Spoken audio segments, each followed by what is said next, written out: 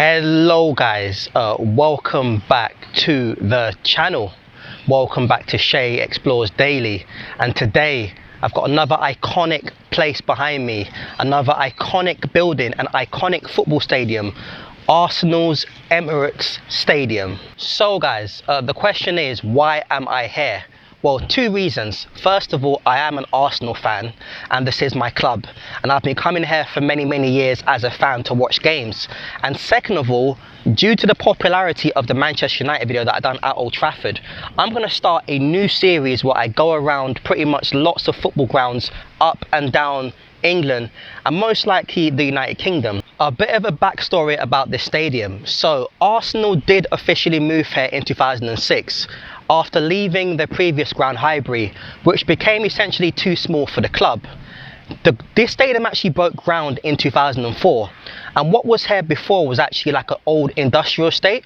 So essentially the plan for the club originally was actually to redevelop Highbury, but the problem was that Highbury was surrounded essentially by housing. One of the first things that you'll see when you walk around the stadium is the statue of this man behind me, legendary Arsenal striker Dennis Bergkamp, and one of my childhood heroes. Behind me guys, I don't know if you can see it right there, there is a painting of Dennis on the facade of the stadium, because Dennis was part of the famous 2004 title-winning team, famously known as the Invincibles, who won the Premier League trophy without losing a single Premier League game in the campaign. So Dennis is there alongside his teammates like Patrick Vieira, Thierry Henry, and so on and so forth. But Dennis is a hugely loved figure at this football club. So here you've got Dennis on the wall with other legends, and as you can see, Dennis played between 1995 and 2006, and he made 423 appearances for Arsenal wearing the famous red and white of the club. Also on the wall you've got the legendary Bob Wilson, who was the goalkeeper of the 1971 double winning team, which famously won the league and the FA Cup. Another Arsenal legend, Eddie Hapgood, played for the club for 18 years, 440 games in the famous red and white, and was the captain of the football club. Here you've got another Arsenal legend, Mr. Charlie George, who was actually born right here in Islington, played for the club for 7 years, and is famous for scoring the winning goal in the 1971 FA Cup final. He played 179 times for the Arsenal and scored 49 goals. Although not open today, these kiosks and stores behind me essentially will be selling merchandise on a match day. So you could come here before or after the game and you can buy like t-shirts, scarves, anything along those lines from these kiosks. Also as well guys, I don't know if you can see it in the background, you've got the famous statue of Thierry Henry. Now Thierry Henry is my childhood hero, being an Arsenal fan, because he played for the club between 1999 and 2007, with a brief loan spell back in 2012 when he came back. Thierry Henry is Arsenal's all-time leading goal scorer. He scored 228 goals for the club during his time here, and some of the goals he scored were absolutely phenomenal. He won 2 league titles and I think 3 FA Cups as well whilst he was here. Thierry Henry arguably is probably the club's greatest ever player, depends on who you ask. So guys, as you can see, the wall here celebrates every iconic moment of Arsenal's history, and all these players have played a significant part in making the club what it is today. So here you've got a bit called Celebration Corner, which celebrates famous Arsenal goals from over the years. So right here you've got Andre Arshavin, who scored this is when he scored his 4th goal at Anfield in 2009. What a game that was. Sol Campbell, 2006 Champions League final against Barcelona. Unfortunately we didn't win the game, but that's football. Brian Talbot, FA Cup final 1979. I think that finished 3-2 to Arsenal. Dennis Bergkamp in the derby, North London derby, November 96. More famous moments, Aaron Ramsey when he scored against Chelsea in the FA Cup final in 2017, 2-1 victory to the Arsenal.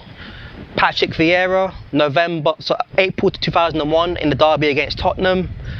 Perez, April 2004 at White Hart Lane to win the league title for Arsenal at the Lane, famous day. David Rocastle, may he rest in peace, also known as Rocky, versus Liverpool, Anfield 89 to win the league at Anfield. Ray Parlour, the Romford Pele, versus Chelsea, May 2002, FA Cup final, famous day. Tony Adams, arguably probably Arsenal's most loyal player, versus Everton, May 1998. Carnu, April 99 versus Middlesbrough. Charlie George, May 1971, when he scored to win the double. And finally, Alan Sunderland versus United, May 1979 to win the FA Cup. So in this little box here, guys, this little booth is where you can buy match day programs. So match day programs are essentially where it's like it gives you like information about each game and so on and so forth. So you can see some iconic games here. So Arsenal against Real Madrid, 1962. The 1979 FA Cup final. You've got here a Premier League game against Stoke. You've got here another game against Stoke City. You've also got a European game against Juventus. You've got one there of Thierry Henry.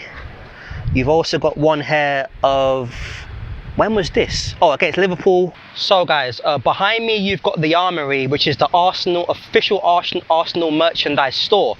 But before I go in there and start the tour, I want to point your attention to some really cool things on the floor.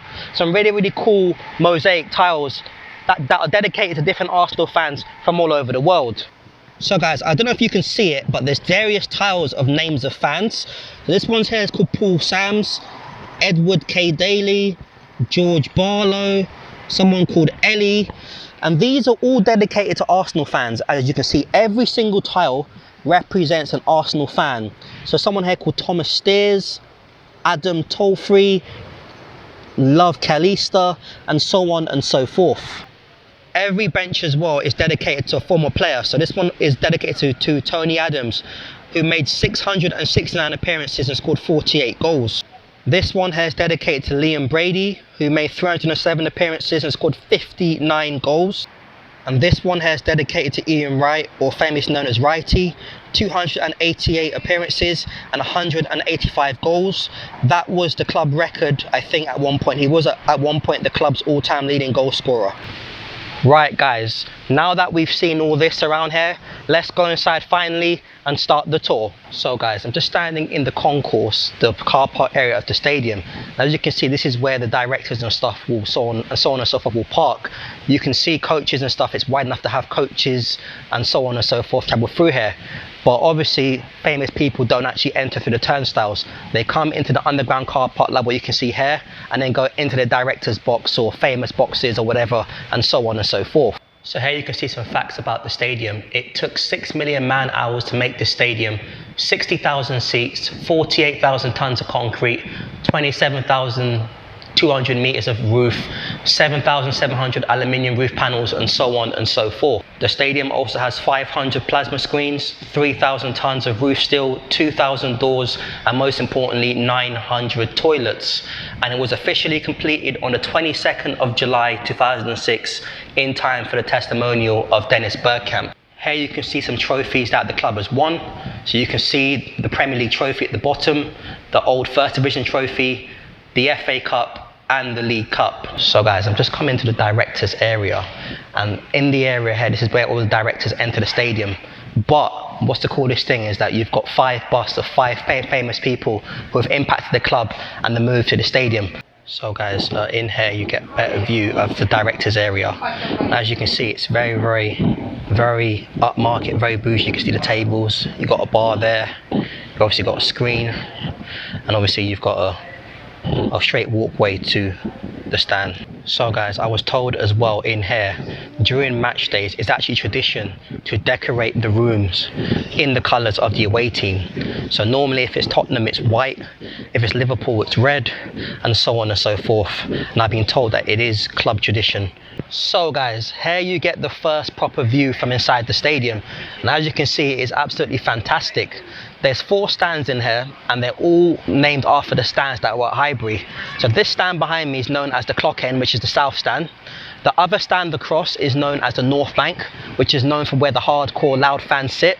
And the other 2 are the East stands and West stands. So, as I mentioned before, at Highbury, the actual stands were separated, but here it's one continuous bowl. And as you can see, it's a huge improvement capacity wise from what Highbury had. Also as well guys, behind me you can see it right there, that is one of the 2 screens. So in the south, east and northwest corners of the stadium, you've got 2 ginormous screens that during the game give fans all the information about other games, about who's on the pitch, who's being subbed off, and most importantly the score. So there's 2 in the stadium in the south, east and northwest corners. So guys, this area is called the Diamond Club, and I was told it's the most exclusive part of the stadium, and it was named after former chairman Danny Fitzman. And as you can see, it's upper echelon. As you can see, you've got obviously the bar here. As you can see, you've got the bar, you've got just a nice open area, and then literally on the right hand side you've got the pitch. And this looks like the same clock, or the same kind of clock that you had obviously back at Highbury. So guys, I'm standing in the area famously known as the players' entrance. Now as you can tell, it's obviously where the players enter. It's actually quite cool because it's not only where the players enter, but there's actually some really cool things inside this area that I want to show you. So at Highbury, the players used to enter from the street into the stadium directly, whereas now in this stadium, the entrance is actually underground. So players will come through here with the managers and they'll walk straight down a tunnel, which I'll show you, straight to the dressing rooms. The Arsenal dressing room is on the left, the away dressing room is on the right. But this is some cool things in this area that I want to show you right now. So here you've got a time capsule of different memorabilia from Highbury. So this was placed here in 2004 during construction. But as you can see, it's all buried in there, and it's got a variety of things. So like a match ticket from Highbury, David Rocastle's shirt, you'll have just various shirts and memorabilia and so on and so forth, all buried inside there. Here you've got the official portrait from last season's squad. So as you can see, manager Mikel Arteta in the middle with the Community Shield, which they won against Man City at Wembley, and you've got all the players there. But this is about a year old, so this is not this season's one, this is last season's one. Here is a portrait of iconic manager Herbert Chapman, who I mentioned was the club's most successful manager until Arsene Wenger arrived. Here you see a mural of the Invincible season. So that's when Arsenal played Everton at home. The away game at Old Trafford. You've got Thierry Henry with Jeremy Aliadier. You've got Dennis Bergkamp against Wolverhampton Wanderers. And here you've got one photo for every single game of the Invincibles Premier League season. So you've got 38 photos there of all 38 Premier League games in that run. And here you've got a list of all the club captains. So you've got currently Martin Odegaard. You've got obviously Mikel Arteta was once club captain. Famous captains like Vieira, Tony Adams, legendary Pat Rice. I mean, I can go on and on. Don Howe, and so on and so forth. This was the first official game, well not official game, but the first game in the new stadium. The testimonial of Dennis Bergkamp. I can still remember where I was exactly on that day. And here you've got the final game of Highbury against Wigan Athletic, 7th of May 2006, finished 4-2 I believe, and the famous Thierry Henry scored a hat-trick to say goodbye to the famous Highbury Stadium. So I'm standing in the pre-match tunnel. This is the bit that leads from the players' entrance there all the way towards the dressing rooms. But on the wall there's two really cool things. On one side it says "We are the Arsenal," self-explanatory, and the other one it says "Victory through harmony." So guys, I'm standing here in the away dressing room, and as you can tell, the away dressing room is not that fancy. It's just a basic dressing room for the players of the rival teams to get dressed in. Believe it or not, I've seen much worse away dressing rooms than this. This is actually not bad at all.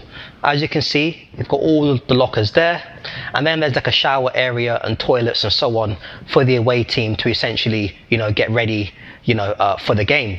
Here you've got a little board for the coach of the away team to write his tactics, and then here you've got like a little, like a diagram of like the drills. So the away team come out the tunnel and warm up on the right hand side, home team on the left hand side. So you'll see things like subs warm up area, team possession, so on and so forth. As you can see, you've got one again for the warm down. So this is after the game, or this is for when like there's subs and stuff. So you can see exactly a diagram here pretty much. So guys, here I am in the Arsenal dressing room, as you can see. And you can see straight away the Arsenal dressing room is a lot better than the away dressing room. It's obviously coloured and Arsenal themed, it's bigger, so on and so forth. So the shirts are actually in a horse shape, basically, pretty much. And I believe that's for team cohesion, to bring players together. But as you can see, each player has their own locker, pretty much as well. So what they've done here is they've put one male shirt with one female shirt. So that's Urian Timber, the defender. That's Beth Mead from the Arsenal ladies. You've got Gabriel Martinelli. And here you've got obviously the star boy himself, Bukayo Saka. Here you've got the captain himself, Martin Odegaard. So he will sit directly opposite Mikel Arteta.